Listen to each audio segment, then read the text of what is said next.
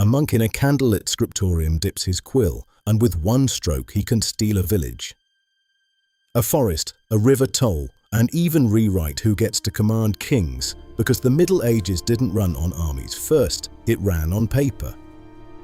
And the greatest weapon is the donation of Constantine, the document that claimed Emperor Constantine handed Rome and the Western Empire to Pope Sylvester. Centuries of papal muscle built on that single sheet, except it was a forgery. And Lorenzo Valla later gutted it by exposing the Latin as wrong for the 4th century. So let me ask you, if the most powerful legal foundation stone in Europe could be fake, how many smaller stones under your feet are fake too? Now zoom out, because the donation wasn't an isolated prank, it was a blueprint, a medieval forgery industrial complex, where monasteries and churches fought forgery wars with charters, bulls, and cartularies, not swords. And here's the twist that makes this story dangerous. Most monks weren't cartoon villains twirling mustaches. They believed they were restoring what was morally true, even if the ink was legally false. A mindset modern scholars describe as the reshaping of memory itself. Patrick J. O'Geary shows how monastic communities could recreate archives and the past they needed to survive, because memory was power and oblivion was death. So how did the machine work, step by step, so perfectly that it fooled Europe for centuries? First comes the crisis, always a fire, a war, a Viking raid, a new king, a greedy bishop, anything that threatens land. Then comes the motive. Land is food, land is rent, land is jurisdiction, land is the right to hold a market, to collect tolls, to claim sanctuary, to be exempt from taxes. And when a rival says prove it, the monastery reaches for the only weapon that wins in court, the charter. A sealed, witnessed grant that says, this was ours since time immemorial. Next comes the research phase, the you never imagine. The forger doesn't start by inventing, he starts by studying real documents. Dating clauses, witness lists, formulas, the rhythm of Latin, because medieval legal writing has a smell, and if your fake doesn't smell right, it dies. Cartularies, the big copied registers of charters, become both the library and the hiding place. Once a text is copied into a respected cartulary, it gains an aura of always existed, and that's why historians warn cartularies aren't neutral photocopies. They're curated, compiled, and sometimes creative political instruments. Then the materials. Parchment is expensive, so scribes reuse skins, sometimes scraping older writing to create palimpsests. A literal recycled past where the old text becomes a ghost under the new. And that practice shows you how a medieval workshop could manufacture age without needing a time machine. Then the handwriting. A serious forger imitates period scripts, Caroline minuscule for a Carolingian feel, older diplomatic styles for an Anglo-Saxon to charter vibe. Because the hand is a fingerprint, then the draft, wax tablets first, corrections hidden, the final version clean. Then the seals, the most theatrical part, wax, cords, tags, and sometimes a forged or copied seal matrix impression to make the document look like it passed through royal hands. And here comes a nasty question. If you're a king who can't read Latin perfectly, and a monastery shows you a solemn charter from your sainted predecessor, sealed, witnessed, copied in their archive, are you going to call them liars and start a holy scandal? Or are you going to nod and move on? Now the integration, the move that makes the forgery almost immortal. They slip it into a cartulary, sometimes surrounded by authentic documents so it inherits legitimacy by proximity.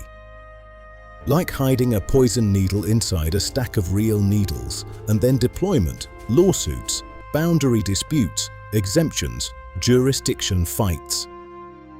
Because medieval property is a chessboard of tiny rights, and one forged clause can flip an entire county's revenue.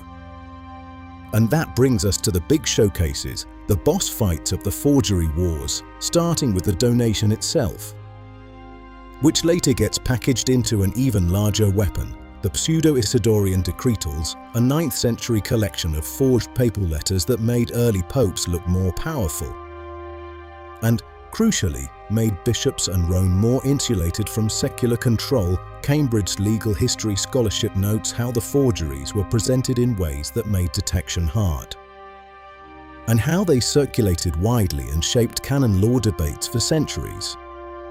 Think about the implication: you don't just forge land, you forge authority. You don't just steal a field, you rewrite the rules of who can judge whom. Now twist, because the forgery wars weren't only in Rome or Frankish legal circles, they explode at the local level in England, where monasteries fight like corporations.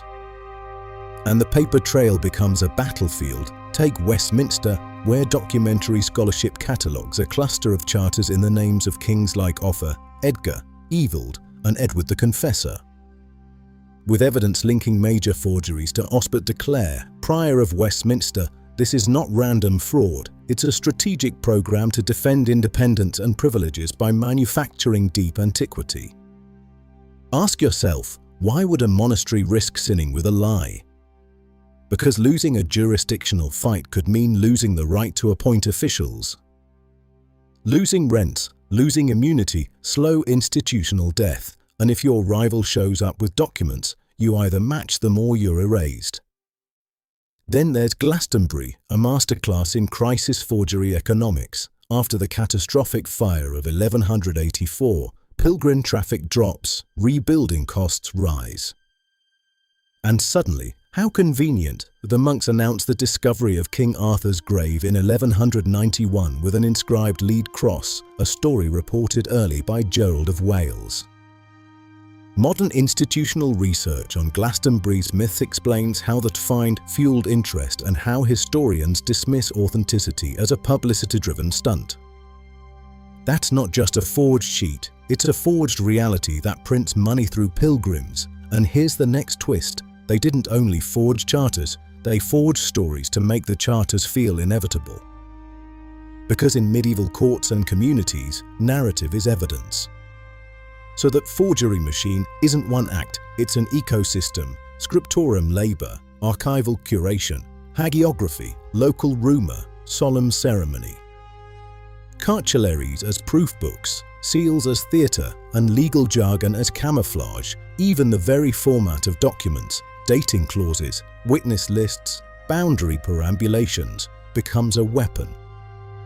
Copy the style, and you copy the legitimacy. And now the darkest turn. What if the monks weren't lying about the justice of their claim, only the paper?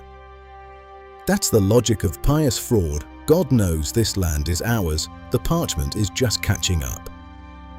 You can even see the broader mindset in studies of Christian pseudepigraphy and forged authority. Bart D. Ehrman's work on literary deceit in early Christian polemics shows how forging could be rationalized as serving a higher truth.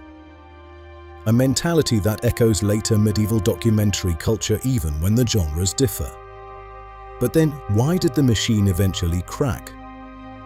Because a new weapon was born: critical reading, the idea that language, style, and anachronisms can betray a text. Valor didn't need armies or miracles, he needed grammar and history. And once that blade exists, it never goes back in the sheath. Every ancient privilege becomes suspect, every saintly foundation story becomes cross-examined. And the medieval world's most powerful magic trick, it's true because it's written, starts to collapse. So here's your closing hook, the one that makes comments explode. If medieval Europe could be governed by documents that were curated, copied, improved, and sometimes manufactured. How many of the maps in our heads today are built on paper wars we never saw? And how many modern institutions still survive because their paperwork tells a story that nobody dares to challenge?